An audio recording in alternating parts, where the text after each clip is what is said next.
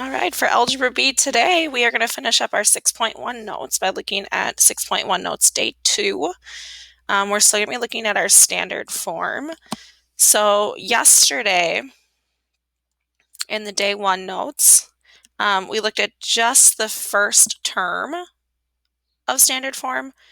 Today we're going to up the ante. We're going to look at everything going on together with the ax squared plus bx plus c. And we're going to take a look at some of those characteristics again. And how each part of our equation, each of these coefficients, right, each of our coefficients can be used to help us ultimately come up with the characteristics, but then also graph these parabolas.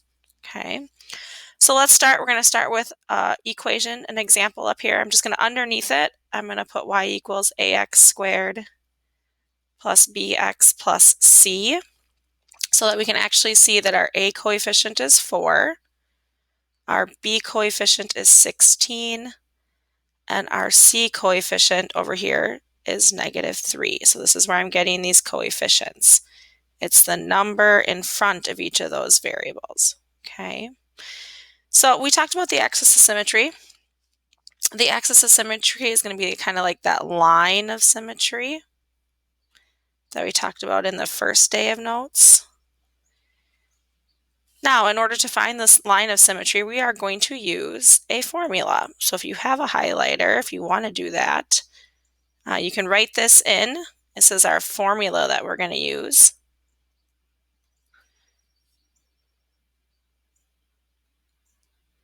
To find the axis of symmetry. So the line of symmetry, this is always step 1, is that we have to find where the center of our graph is going to be.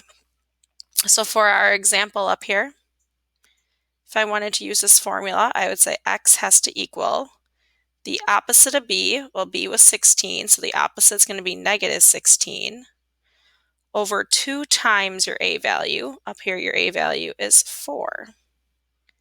So we really get -16 over 8, which really gives me -2.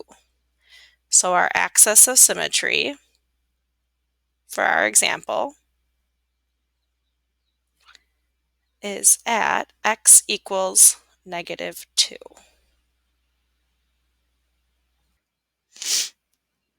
Which means that my axis of symmetry is going to be a dashed vertical line. I'm going to cheat a little bit here. Dashed vertical line at -2. Okay, so this vertical line, this is my axis of symmetry. You don't need to label the word or the equation, but you do need to draw that in each time, because now we know my parabola has to be centered around here, meaning the vertex has to be on this. Okay, so the fact that my vertex needs to be on that line means that to find my vertex, step 2, I'm going to actually plug it in to the equation to find what the y value would be. Okay, so now I know my vertex has to happen at -2, comma, some y value. So to find that, I'm going to go back up to my equation that I have, 4x squared, and I'm going to plug -2 in. So y has to equal 4 times -2 squared. Then I had plus 16x, so that's going to be 16 times -2, and then I'm subtracting 3. So my work for this, right, -2 squared, that's +4. 4 times 4 is 16. 16 times -2 is really -32, and then I'm subtracting 3. So I get y equals 16 minus 32 is -16. -16 minus 3 is -19. So up here, I find that my y value is going to be -19 for my vertex. So we plug in the axis of symmetry for x into the equation down here, and you get your y value. So now I can go back to my graph. I know my graph is going to be at -2, -19.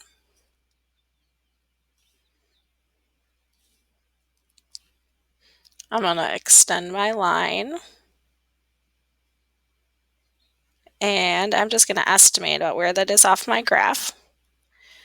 So now I know negative 19 is about right here. So this would be my vertex at negative 2, negative 19. Okay. So now I know, just by looking at my graph, I know where the center is going to be. I can also go back and I can look to see which way it's going to open. Okay. So I'm going to jump down to where it says max or min. If I take a look at this, I check the A value to figure out which way it's going to open. Well, if A is positive, we know that it opens up. And if A is negative, we know that it opens down. So for our example here, if A is 4, we would say that this graph opens up, and that means it's going to have a min. We can also decide our wider, narrower, the same from the other day by checking that A value. So just to remind you, if I take the absolute value of A and it's greater than 1, we said it was narrow. Absolute value of A equals 1, we said it was the same. And if the absolute value of A was less than 1, we said it was wider. And then we're always comparing this to that parent function, y equals x squared. So here, if I look at the absolute value of A, the absolute value of 4 is still 4. So for our example, we would say this is narrower than y equals x squared. Okay. All right, so we need to come up with a couple more points so that we know how to graph the rest of this. We only have one point right now, our vertex down here. So we're going to go back to the couple that we skipped, and we're going to talk about the y-intercept. So the y-intercept is wherever your parabola crosses the y-axis. And in order to cross the y-axis, we know that your x value has to be 0. Okay. So we have a couple shortcuts. Our shortcut is that it's always going to be your c value then. That's the shortcut because if I actually plug 0 in for x, we notice that an entire first term becomes 0. Our entire second term becomes 0. And we're just left with our last term. So our y-intercept for our example would have to be at 0, negative 3. So I'm going to go back to my graph, and I'm going to graph that ordered pair, 0, negative 3. This is going to be my y-intercept. And then we talk about what's called the reflection of the y-intercept. Okay. The reflection of the y-intercept is just going to be across the axis of symmetry from the y-intercept. Okay, here's also a formula we can follow for that. So the formula is always just 2 times your axis of symmetry and the same c value. So if I did 2 times my axis of symmetry for this example, that would be 2 times negative 2, and then I'd use the same y-intercept. So that would give me my reflection of my y-intercept here would be at negative 4, negative 3. That should make sense. If I come down here, this is 2 away. If I go 2 to the left, that puts me at negative 4, negative 3, and that would be my reflection of the y-intercept. It's this point, but reflected over the axis of symmetry. Okay. Now we have to do one more thing though, because you need a total of 5 points to graph an accurate parabola in this class. So we are 2 points shy, so we need 2 additional points. So here's how we're going to do that. We're going to organize our information in a T-chart, okay? So I'm going to draw a T-chart for this graph. And I'm going to organize what I know already, and I'm always going to put my vertex in the middle. So we already knew my vertex happened at -2, -19. And then I'm going to put the other 2 pieces of information that I already know. So I already know that my y-intercept was at 0, -3. I'm going to put that here. Doesn't matter where, but I'm going to put it here at 0, -3. And I know the reflection of that happened at -4, -3. Okay, so I'm just organizing my T-chart here.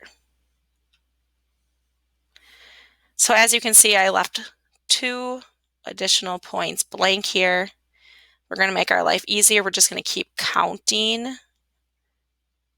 down here with my x values. And I'm going to find my y values. Okay, so to find the y values, I'm just going to plug in that x value. So I'm actually just going to rewrite my equation here. So y has to equal 4 times -1 squared plus 16 times -1 minus 3. So I'm just finding this y value right now. -1 squared is 1, 4 times 1 is 4, 16 times -1 is -16, and then I'm subtracting 3. So I get 4 minus 16 is -12. -12 minus 3 gives me -15. So I know this has to be at -15. So if I have -1, -15, I also have the reflection of that point. Or up here, I can look at the reflection of the y value. And I know I also have -3, -15. Once I have those 5 points, I can go ahead and I can make my parabola. And it's start to finish, and I'll kind of number the steps as well. Okay, so the first thing I'm going to do is I'm just going to put y equals ax squared plus bx plus c above this so that we can see what each of our coefficients are going to be. So a is -3, b is -6, and our c coefficient is 2. So step 1 is that we need to find the axis of symmetry. Okay, and our axis of symmetry is our formula, opposite of b over 2a. So for example, to use our coefficients, this would be the opposite of -6. So we're going to use +6 over 2 times a, and our a value is -3. So that gives me 6 over -6, which means my axis of symmetry is at -1, because 6 divided by -6 is -1. That means that my axis of symmetry, the center of my parabola, is going to be at -1. So I'm going to draw that in.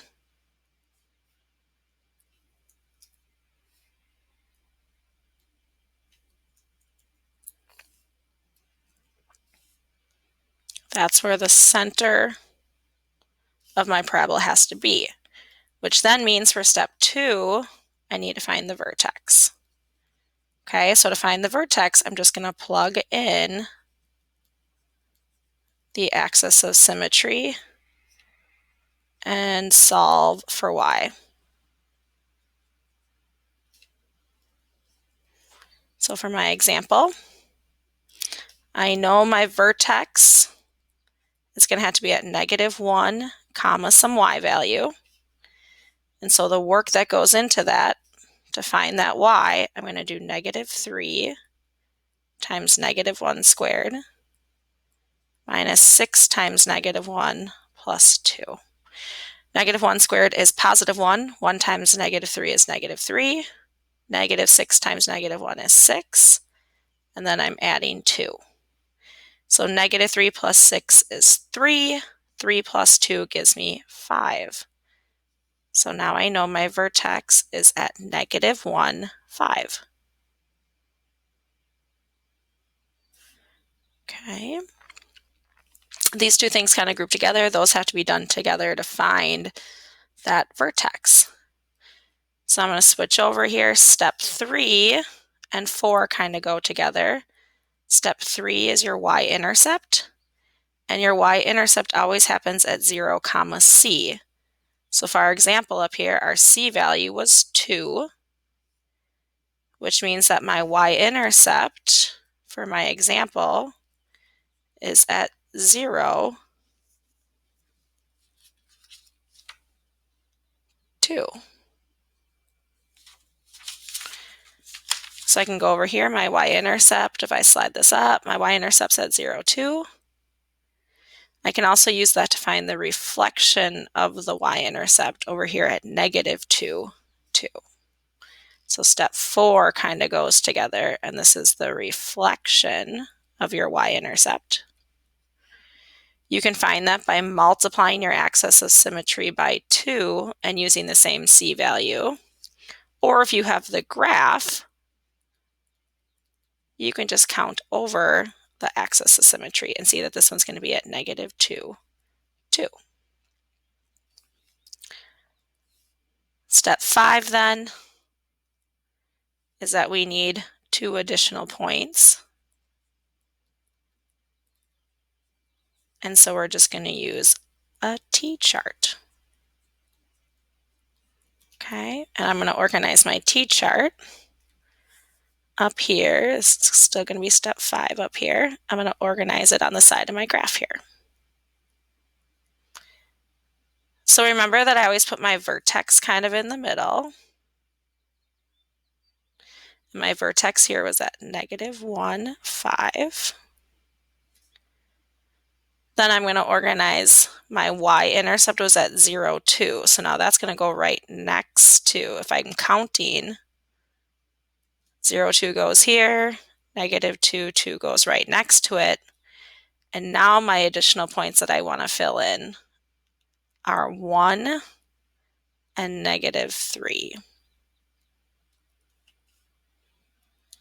It doesn't matter the x value that we plug in. I think plugging 1 in might be easier than negative 3.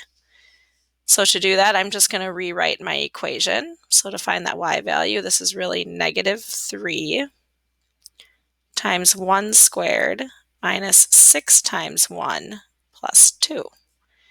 1 squared is 1. 1 times negative 3 is negative 3. Negative 6 times 1 is still negative 6. And then I'm adding 2.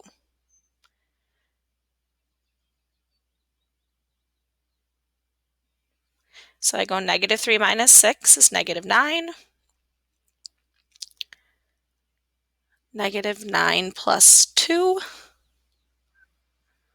gives me negative 7.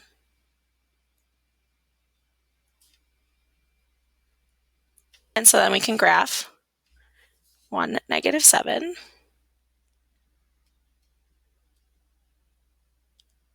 And negative 3, negative 7.